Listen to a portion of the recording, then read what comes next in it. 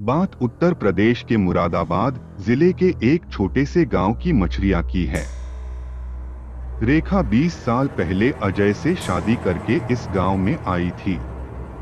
बहुत खुश थी शादी के बाद अपने पति के साथ। कुल दोनों हंसी खुशी अपना जीवन व्यतीत कर रहे थे। अजय के पास पुश्तैनी जमीन थी जिससे उनका गुजारा मुश्किल से हो पाता था। अजय बहुत खुददार था। एक दिन रेखा की दुनिया उजड़ गई। अजय रोड एक्सीडेंट में मारा गया। हंसता खेलता परिवार पल में बर्बाद हो गया। रेखा भी मरना चाहती थी पर शिव का क्या होगा ये सोचकर सिहर जाती थी। रेखा ने हिम्मत नहीं हारी। पूरी मेहनत और लगन से खेती करने लगी। उसकी मेहनत का ही नतीजा था कि अब उसके पास दुगुनी जमीन हो गई थी। रेखा बोली, बेटा चल जल्दी चलते हैं, फिर गर्मी हो जाएगी। मैं रोटी और सब्जी बांध लूं, तब तक तू भागकर पानी की बोतलें भर कर ले आ, वरना वहां खेतों में दूर दूर तक पानी नहीं मिलता। शिव बोला, अभी आया माँ, 5 मिनट में बस तू रोटी बांधकर तैयार रखना। दोनों खेत की ओर चलने लगते हैं। रास्ते में शिव उत्सुकता से बोला, ओ माँ, वो वहां खंडहर सी हवेली किसकी है?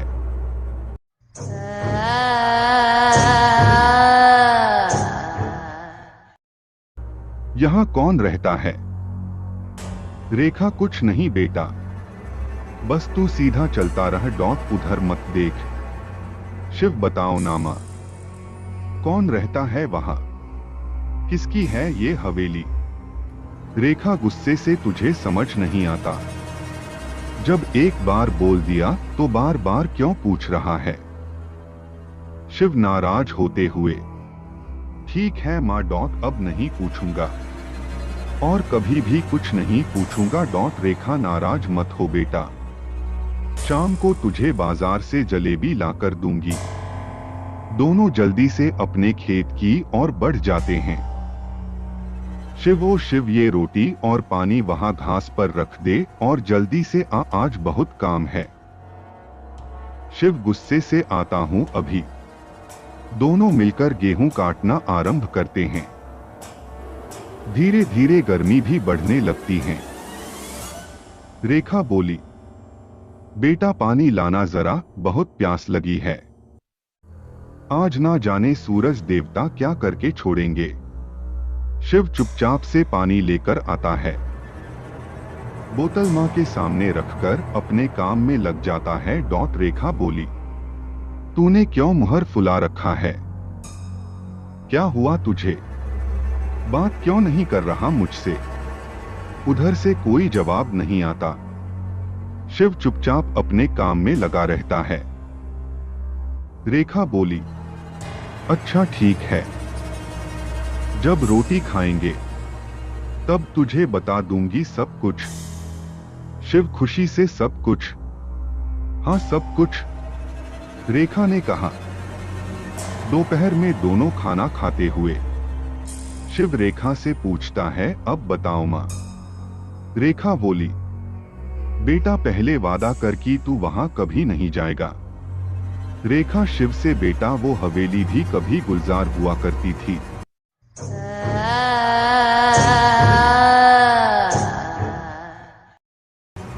गांव के जमींदार की हवेली थी। भरा पूरा परिवार था उनका। पर एक दिन जमींदार के 2 बेटों ने गांव की ही एक लड़की से दुराचार करके और उसका कत्ल करके हवेली के आंगन में बने कुएं में फेंक दिया। शिव, फिर क्या हुआ माँ, बताओ ना। रेखा, बेटा वो लड़की तो मर गई, पर उस लड़की की आत्मा अभी भी वहां है। उसने जमींदार के पूरे परिवार को खत्म कर दिया। केवल बूढ़ा जमींदार बचा है जो शहर में रहता है। शिव ये सुनकर डर भी जाता है। रेखा खाना खाते हुए, चल बेटा जल्दी से खाना खा ले, फिर काम भी करना है। शिव, ठीक है माँ, तू चल मैं आता हूँ। पूरी कहानी सुनकर मोहन सोच में पड़ जाता है और उसके दिमाग में हवेली वाली घटना चल रही होती है। रेखा शिव से बेटा पानी देना जरा, बहुत प्यास लगी है। प्यास से गला सूखा जा रहा है। शिव बोला, माँ पानी तो खत्म हो गया, थोड़ा सा ही बचा था। रोटी खाने के बाद मैं पी गया। अब कैसे काम करेंगे शाम तक बिना पानी के, मुझे तो चक्कर भी आ रहे हैं, गर्मी से रेखा ने कहा। शिव, मैं जाकर बोतल भरकर ले आऊंगा, से अभी आ जाऊंगा पानी लेकर। रेखा, सुन बेटा, जल्दी आना पानी लेकर, और हाँ, हवेली की तरफ बिल्कुल मत जाना। शिव, ठीक है माँ, अभी आता हूं पानी लेकर। शिव पानी लेने चल पड़ता है। किसी सोच में खोया हुआ भरी दोपहरी थी। चारों ओर सन्नाटा पसरा था। दूर दूर तक कोई इंसान दिखाई नहीं दे रहा था। अचानक हवेली के सामने पहुंचकर उसके पैर खुद ब खुद रुक जाते हैं।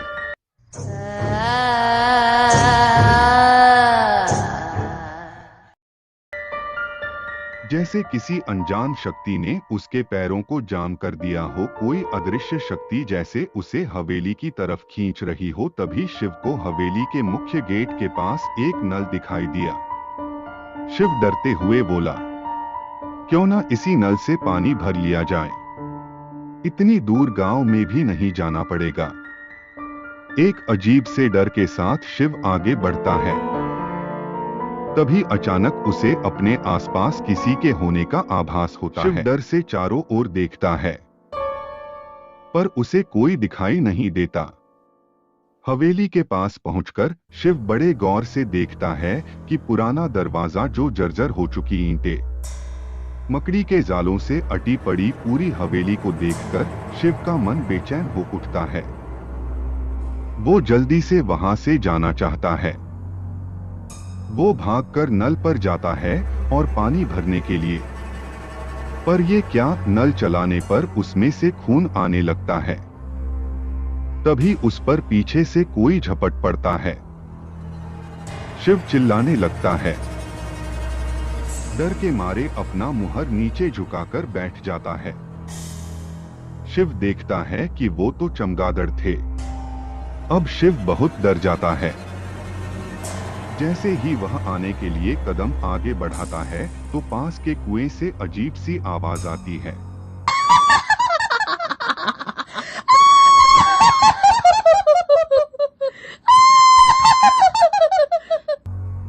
जिसे सुनकर शिव की रूह कांप जाती है। शिव उत्सुकता से कुएं की तरफ देखता है। जैसे वहां कोई हो, फिर वही आवाज आती है।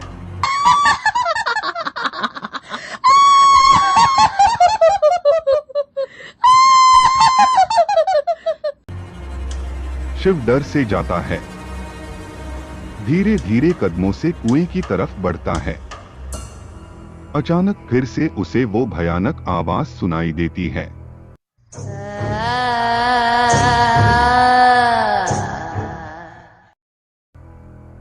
शिव की आंखों से खून के आंसू आने लगते हैं। कोई अनजान शक्ति उसे कुएं की ओर खींच रही है। उसके कदम खुद ब खुद हवेली के अंदर की ओर जाने लगते हैं। शिव नजरें घुमाकर इधर उधर देखना चाहता है, पर देख नहीं पाता है। कुएं के पास पहुंचकर अचानक मोहन के कदम खुद ब खुद रुक जाते हैं। शिव की आंखों से लगातार आंसू बह रहे हैं। फिर उसे एक चीख सुनाई देती है।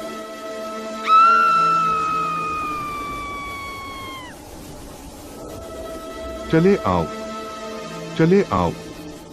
जैसे ही शिव कुएं में झांकने की कोशिश करता है, अचानक उसे अपनी मां की आवाज सुनाई देती है। शिव, कुएं में मत झांकना बेटा, मत झांकना। पर तब तक बहुत देर हो चुकी थी। हवेली का वो भयानक काला साया शिव को अपनी आगोश में ले चुका था। कुएं में झांकने के साथ ही शिव के प्राण पखेरु उड़ जाते हैं। सब कुछ शांत हो गया था। शिव की लाश कुएं पास बेजान पड़ी थी। रेखा का रो रो कर बुरा हाल था। शिव के गम में रेखा भी पागल हो गई। आज फिर उस खूनी कुएं ने बलि ले ली थी। आखिर कब थमेगा ये मौतों का सिलसिला?